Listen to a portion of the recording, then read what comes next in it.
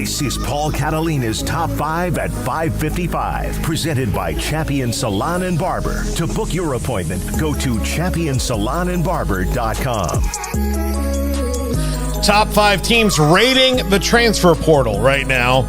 And this list is very fluid. Very fluid. Oklahoma's not on this list, although they'd be just off. They'd be number 6 on this.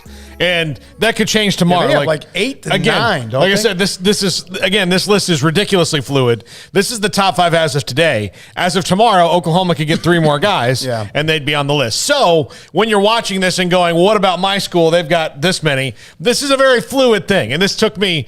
I spent a little more time on this one than I normally do on top 5. Just saying. Not that, usually about 6-7 hours a day. Today we got up in the morning about 4 a.m., started working on top 5 stuff. Yeoman's work. That's what I do. No Is one that believes after that. you went out and killed an elk to put up on the wall? Yeah. Ole Miss killing it in the transfer portal right now. Rating the transfer portal a 247 Sports rating of 50.24 right now in what they're getting. The biggest one being Troy Brown, who came in from Prince Central Michigan, a 4-star prospect when he came out. They've lost some guys. Certainly they've lost some guys, but Isheem Young, a safety, coming in as well. Mason Brooks, a 4-star offensive lineman, comes in from Western Kentucky. Lane Kiffin kind of doing that thing where he's seeing those schools, Central Michigan, Western Kentucky, and getting those guys who, like the Jackson player who we just had in here yesterday, who transferred Tulsa to Baylor, coming into Ole Miss. He's doing really well with that level of players right now. Yeah, I've seen them consistently. It seems like they're picking off 1 or 2 about once a week. Yeah, they've done a nice job. I mean, that's a program that has a lot of momentum right now, despite the way the season ended. But I think you got Lane Kiffin, and despite losing, Jeff Lebby in their DC, I mean, you're going to have Lane Kiffin. You're going to be an interesting team to watch. So Isheem Young in particular, I mean, I think that he was a guy I know Iowa State fans were very high on, and was able to do some good things for them. Not a super tall guy by any means, but I want to say, wasn't he like a Philadelphia guy or something like that for some reason, or like a Temple guy maybe? I don't know why he sounds so familiar outside of just Iowa State, but looks like Ole Miss is restocking the cupboards, and I'd expect them to be competitive. Definitely not one of the top teams, top 2 or 3 teams in the SEC next year, but hit the right people in the transfer portal, and he could be better than expected. But I mean, you're also replacing Matt Corral. They got a lot of change coming, so beneficial for them to do well during this time period.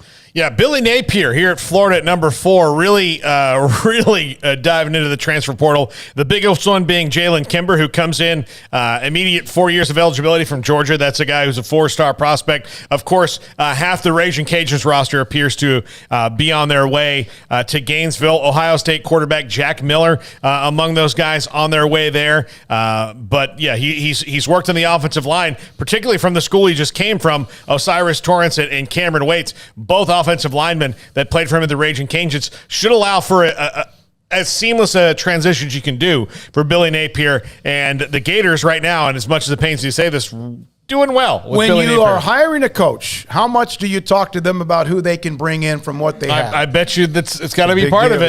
Yeah, I bet you it's got to be part of it, and he's certainly done that. Bringing Montreal Johnson, his running back, who's pretty darn good too. Yeah, Montreal Johnson's a good player. Jalen Kimber's a name I remember most just from recruiting. But yeah, he's done good as far as going to where he's familiar, going to Lafayette and finding some players that he knows like the back of his hand that he knows can contribute at Florida. And that's another example of guys getting to raise their platform up a level because of the transfer portal. I think Napier is smart to especially like on the D-line and whatnot, like positions like that. He knows what he's got with those guys coming in. So, I'm very intrigued by Napier and Florida, that match. Not the match itself, but just what he ends up doing there, because it seemed like there were others, obviously, that had their crack at him or could have and chose to go the Lincoln Riley route or the Brian Kelly route. LSU in particular seemed like that would have been a good spot for him. So everybody's been waiting to see what he could do at a big time program, and here he is. So we'll see what happens. Yeah, number 3 My beloved Florida State Seminoles really doing well in the transfer portal. We'll see what happens, but they're addressing position needs, mostly wide receiver. Winston Wright comes in from West Virginia. Let's see who's the Deuce Spann comes in from Illinois.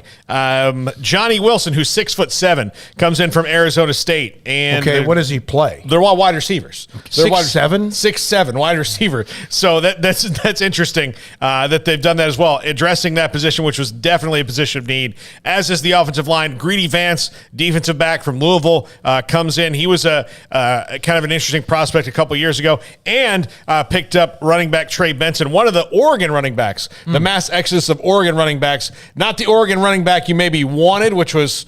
do you take into consideration not only who they bring in, but also teams have attrition in the transfer pool? Yeah. Well, I mean, it's kind of like who you lose over. Yeah. And these, I would love, and there's various sites now that are doing like the transfer portal recruiting update, like even 247's doing like overall rankings, right.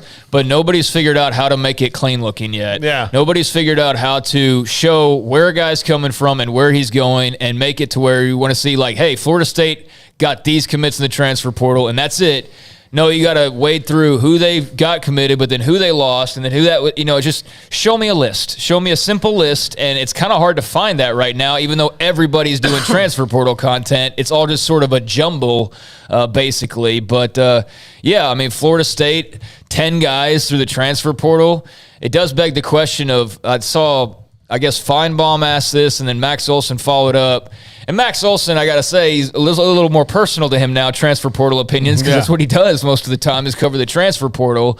So he's pro-portal, as you might imagine. But he was asking, like, for people that want changes, what's more important, the transfer portal or the college football playoff?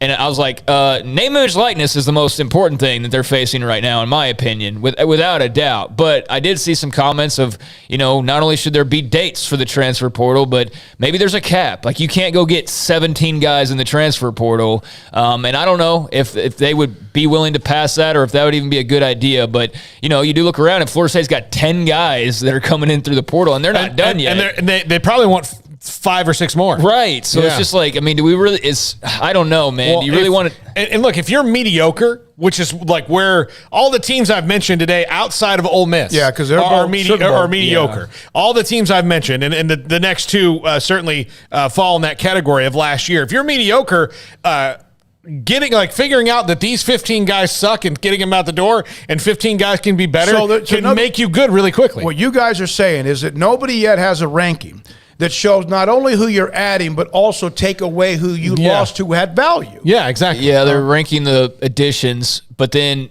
trying to search through like just simply the additions. You still have to sort through like the other guys that left, but there's not a list that just kind of combines. Yeah, it's just needs a little cleaning up to get to the perfect portal page. But yeah, FSU going heavy, no doubt. Yeah. All right, number 2, and this one probably won't come up on the rankings, but I think what they're doing, I do admire that Scott Frost is creating things that he didn't have before in competition at positions, particularly quarterback with Nebraska. Look, they went and got Casey Thompson. They did not sit and go, okay, Casey Thompson's the quarterback. Right. They went and got Chubba Purdy because Casey Thompson doesn't have as much eligibility. Chubba Purdy pretty much has 3 years left. So you have a competition there. So you don't have to do what they did with Adrian Martinez, where Adrian Martinez was the quarterback unless his arm was broken. Do they have anybody to protect him? Yeah. Can they open up offensive holes for the running game? That's been their true problem. Defensively, they were among the top 30 ranked teams in the country defensively. Stop rate, all that. Can they run the football, and does an offensive line know how to do anything once the ball is snapped? Yeah. Well, I don't know if they got anybody else on the offensive line. They've taken 10-plus guys already, and that'll probably be like 15 or 16 when all is said and done. They picked up a running back, a quarterback, a wide receiver, a punter, a corner, a kicker, an edge, an offensive tackle, an interior lineman. So they grabbed a couple of linemen. They need about way. 7 of them. Yeah. Okay. All right, and number 1, and this is the team that had to be number 1 based on what their roster was, LSU. Yeah, had to be number 1. Today, picking up Mekhi Wingo from Mizzou. That's a 4-star when he was coming out of high school. Rated defensive lineman, a position of need. They've got a punter. They've got quarterbacks. I mean, you name it, they're going. Noah Cain coming from Penn State. That's a big get for them as well. So this is kind of like evaluating NFL free agency. It's not an exact science, but LSU had to get these numbers up, and they've got to give it up even higher. But so far, doing what they need to do with Brian Kelly. I just saw you. R.J. Sneed goes to Colorado. Colorado receiver goes to like UCLA or USC. It's from Jerry Rice's kid. It's the NFL free agency without a cap, and that's the interesting note you mentioned about needing a cap. 50 seconds to go. Baylor leads at West Virginia by 10 with the ball. They couldn't get the ball in bounds. Had to call a timeout, and they'll try to see if they can close this thing out. I do think one thing that's interesting, and I don't know if all the sites are doing it. I know that 247 is, but again, there's probably a little more cleaning up to do as far as finding things a little easier with the transfer portal. Like, for example, like they'll show you like who's leaving, but I don't know that that's deducted from your portal rankings, and so you actually should. It should count who all's exiting as well, because you can go sign 20 players, but if you lost 19 of them, like that doesn't mean you won the offseason. It means you just broke even, basically. And here's another thing. You may not see the elite teams on here. Those are some dogs now as far as tradition, all of them. Ole Miss, of course, more what they've done recently, or well, not this year. I guess this year, yeah. But the dogs. Alabama may not have to bring in more than one or two. It may not win the transfer portal, but they may win the transfer portal because of what they needed with one or two players. Well, I mean, Florida, USC, Oklahoma, Florida State, LSU are all in the top 10. Yeah. So, I mean, it's not like there's not big programs feasting on that. But I was going to say, another thing that I do like is I like and kind of whatever about is they're readjusting rankings. So now we got transfer portal rankings for these players. Yep.